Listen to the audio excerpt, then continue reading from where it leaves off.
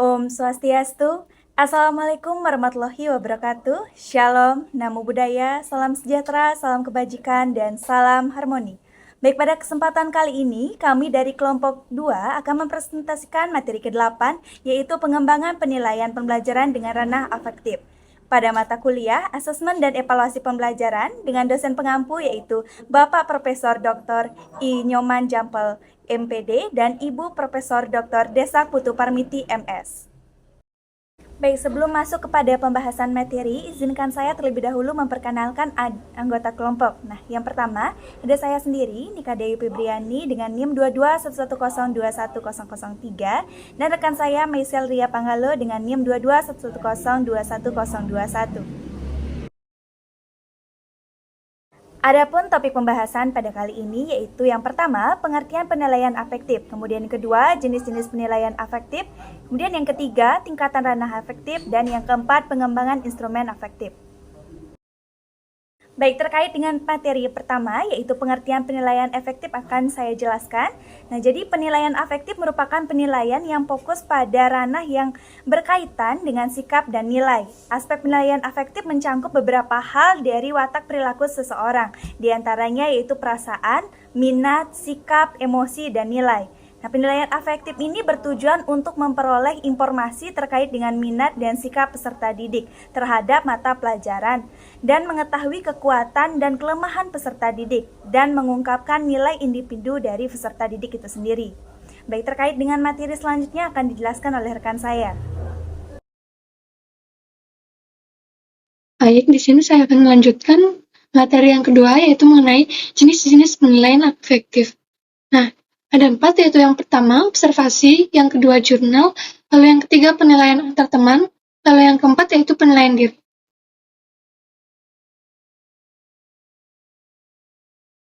Nah, yang pertama yaitu observasi. Kegiatan observasi bisa dilakukan pada saat kegiatan pembelajaran di kelas. Untuk menguatkan hasil observasi, guru bisa membuat lembar observasi, baik secara terbuka maupun secara tertutup. Nah, yang kedua yaitu jurnal. Jurnal merupakan salah satu bentuk penilaian yang cukup efektif karena bisa digunakan untuk mencatat sikap dan perilaku peserta didik dalam jangka waktu tertentu. Misal, satu semester, guru bisa menuliskan catatan perilaku baik maupun yang kurang baik. Catatan tersebut nantinya juga bisa digunakan sebagai bahan evaluasi terhadap sikap siswa.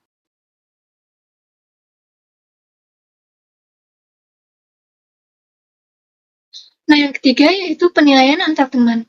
Menilai siswa tidak selalu harus dilakukan oleh guru.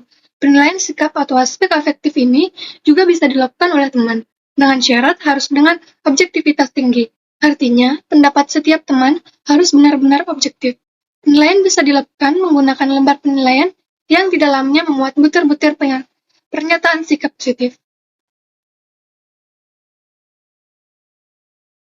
Nah, lalu yang keempat yaitu penilaian diri. Selain dinilai oleh guru dan teman, siswa yang bersangkutan juga bisa melakukan penilaian terhadap dirinya sendiri.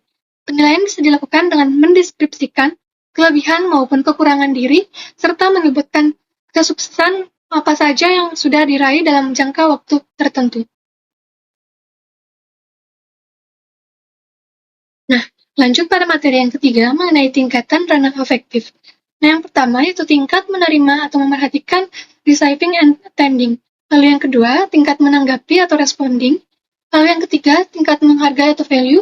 Lalu yang keempat, tingkat mengorganisasikan atau organization. Lalu yang kelima, tingkat karakteristik atau characterization.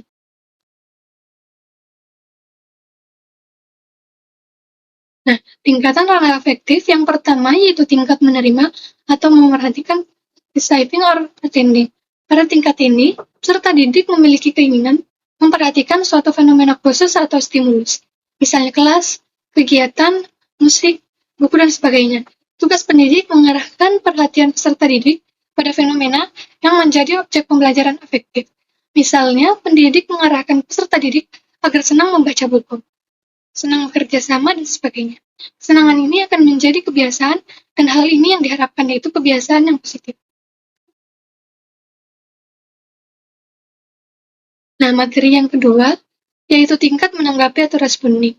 Responding merupakan partisipasi aktif peserta didik yaitu sebagai bagian dari perilakunya. Pada tingkat ini, peserta didik tidak saja memperhatikan fenomena khusus, tetapi ia juga bereaksi.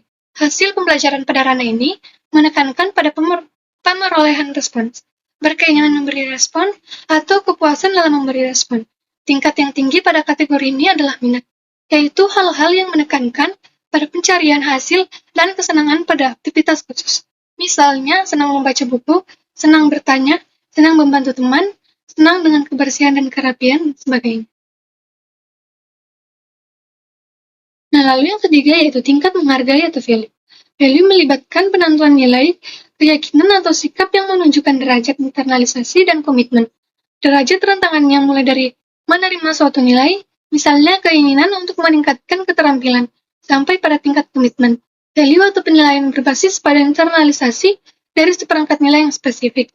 Hasil belajar pada tingkat ini berhubungan dengan perilaku yang konsisten dan stabil, agar nilai dikenal secara jelas. Dalam tujuan pembelajaran, penilaian ini diklasifikasikan sebagai sikap dan apresiasi. Nah, lalu tingkatan ranah afektif yang keempat yaitu tingkat mengorganisasikan atau organization. Pada tingkat organization, nilai satu dengan nilai lainnya dikaitkan.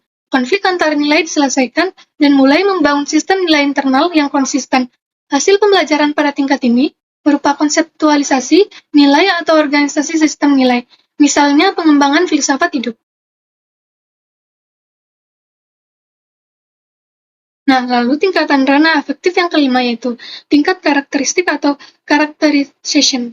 Nah, tingkat ranah afektif tertinggi adalah characterization nilai. Pada tingkat ini, peserta didik memiliki sistem nilai yang mengendalikan perilaku sampai pada waktu tertentu hingga terbentuk gaya hidup. Hasil pembelajaran pada tingkat ini berkaitan dengan pribadi, emosi, dan sosial. Nah, lalu pada materi yang terakhir yaitu pengembangan instrumen afektif. Ada 9, yaitu yang pertama, spesifikasi instrumen, lalu yang kedua, skala instrumen penilaian afektif, lalu yang ketiga, sistem penskoran, lalu yang keempat adalah instrumen, lalu yang kelima merakit instrumen, lalu yang keenam uji coba instrumen, lalu yang ketujuh analisis hasil uji coba, lalu yang kedelapan perbaikan instrumen, lalu yang terakhir yaitu atau kesembilan observasi. Pengembangan instrumen afektif. Yang pertama itu spesifikasi instrumen. Nah, yang pertama ada instrumen sikap. Menurut Fishbein dan Achen, pada tahun 1975, sikap ialah suatu predisposisi yang dipelajari untuk merespon secara positif ataupun negatif terhadap suatu objek, situasi, konsep ataupun orang. Instrumen sikap bertujuan untuk mengetahui sikap peserta didik terhadap suatu objek, misalnya terhadap kegiatan sekolah, mata pelajaran, pendidik, dan sebagainya. Lalu yang kedua, yaitu instrumen minat. Menurut Getzel, pada tahun 1966, minat ialah suatu disposisi yang terorganisir, melalui pengalaman yang mendorong seseorang untuk memperoleh objek khusus, aktivitas, pemahaman, dan keterampilan untuk tujuan perhatian atau pencapaian.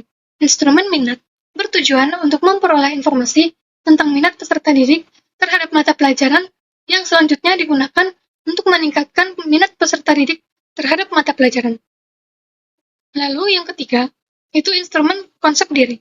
Menurut Smith, konsep diri ialah evaluasi yang dilakukan individu terhadap kemampuan dan kelemahan yang dimiliki. Target, arah, dan intensitas konsep diri pada dasarnya seperti ranah afektif yang lain. Instrumen konsep diri bertujuan untuk mengetahui kekuatan dan kelemahan diri sendiri. Peserta didik melakukan evaluasi secara objektif terhadap potensi yang ada dalam dirinya. Lalu yang keempat itu instrumen nilai. Menurut Tyler, tahun 1973, yaitu nilai ialah suatu objek, aktivitas, atau ide yang dinyatakan oleh individu dalam mengarahkan minat, sikap, dan kepuasan. Instrumen nilai bertujuan untuk mengungkapkan nilai dan keyakinan peserta didik. Informasi yang diperoleh berupa nilai dan keyakinan yang positif dan yang negatif. Nah, lalu yang terakhir, itu instrumen moral. Menurut Caprin pada tahun 2006, moral merupakan suatu hal yang menunjukkan pada akhlak yang sesuai dengan peraturan sosial atau berhubungan dengan hukum dan adat atau kebiasaan yang mengatur perilaku. Instrumen moral bertujuan untuk mengungkap moral.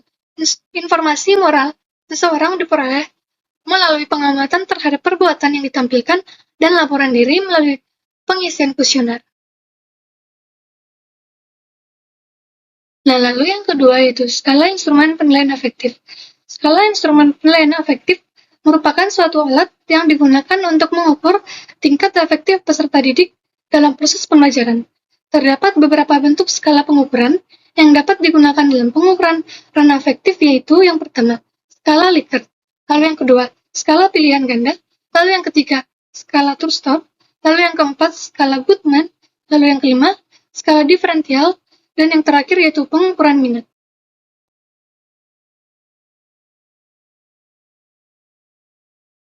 Nah, yang ketiga yaitu sistem penskoran. Sistem penskoran pada penilaian ranah afektif tergantung pada skala pengukuran yang dipakai. Misalnya skala Thurston, skala tertinggi 1 dan terendah 1, skala beda semantik tertinggi 7 dan terendah 1. Lalu skala Likert 1-5 tertinggi, 4 dan terendah 1. Nah, yang keempat yaitu telaah instrumen. Kegiatan pada telaah instrumen ialah menelaah beberapa hal. Yang pertama, butir pertanyaan-pertanyaan sesuai dengan indikator. Nah, yang kedua, bahasa yang digunakan komunikatif dan menggunakan tata bahasa yang benar. Lalu yang ketiga, butir pertanyaan-pertanyaan tidak bias. Nah, yang keempat, format instrumen menarik untuk dibaca. Lalu yang kelima, pedoman menjawab atau mengisi instrumen jelas. Dan yang keenam, yaitu jumlah butir atau panjang kalimat pertanyaan sudah tepat sehingga tidak menjemukan untuk dibaca ataupun dijawab. Nah, yang kelima yaitu merakit instrumen. Instrumen dirakit yaitu menentukan format tata letak instrumen dan urutan pertanyaan-pertanyaan. Format instrumen harus dibuat menarik dan tidak terlalu panjang, sehingga responden tertarik untuk membaca dan mengisinya. Nah, yang keenam yaitu uji coba instrumen. Setelah dirakit instrumen, diuji cobakan kepada responden, sesuai dengan tujuan penilaian apakah kepada peserta didik, kepada guru, ataupun orang tua peserta didik. Untuk itu, dipilih sampel yang karakteristiknya mewakili populasi yang ingin dinilai. Nah, yang ketujuh adalah analisis hasil uji coba. Analisis hasil uji coba meliputi variasi jawaban tiap butir pertanyaan-pertanyaan. Jika menggunakan skala instrumen 1-7 dan jawaban responden bervariasi dari 1-7, maka butir pertanyaan-pertanyaan pada instrumen ini dapat dikatakan baik. Namun apabila jawabannya hanya pada satu pilihan jawaban saja, misalnya pada pilihan nomor 3, maka butir instrumen ini tergolong tidak baik. Nah, yang kedelapan yaitu perbaikan instrumen. Perbaikan dilakukan terhadap butir-butir pertanyaan-pertanyaan yang tidak baik. Berdasarkan hasil analisis uji coba, bisa saja hasil telaah instrumen baik, namun hasil uji coba empirik tidak baik. Untuk itu, butir pertanyaan-pertanyaan instrumen harus diperbaiki. Perbaikan termasuk mengakomodasi saran-saran dari responden uji coba. Instrumen sebaiknya dilengkapi dengan pertanyaan terbuka. Nah, yang kesembilan yaitu observasi.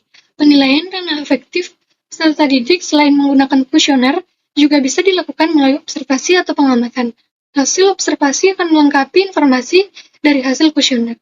Dengan demikian, informasi yang diperoleh akan lebih akurat, sehingga kebijakan yang ditempuh akan lebih tepat. Pada materi kali ini, yaitu yang pertama, penilaian afektif merupakan penilaian yang fokus pada ranah yang berkaitan dengan sikap dan nilai. Kemudian yang kedua, jenis penilaian afektif yaitu observasi, jurnal, penilaian antar teman, dan penilaian diri. Kemudian yang ketiga, tingkatan ranah efektif yaitu menurut taksonomi Cadwell, tingkatan ranah efektif ada 5, diantaranya yaitu receiving, responding, valuing, organization, characterization. Kemudian yang keempat, instrumen penilaian ranah efektif digunakan untuk mengukur aspek sikap, watak, karakter, emosi, dan perilaku.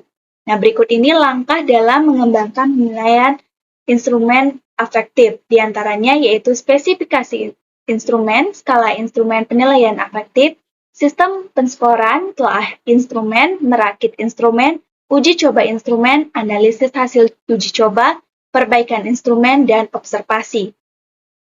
Baik, itulah video presentasi dari kelompok kami. Kami mohon maaf apabila terdapat kesalahan dan kekurangan. Kami tutup presentasi kami dengan para Santi. Om Santi, Santi Santi Om. Wassalamualaikum warahmatullahi wabarakatuh. Shalom, namo buddhaya, salam sejahtera, dan salam harmoni.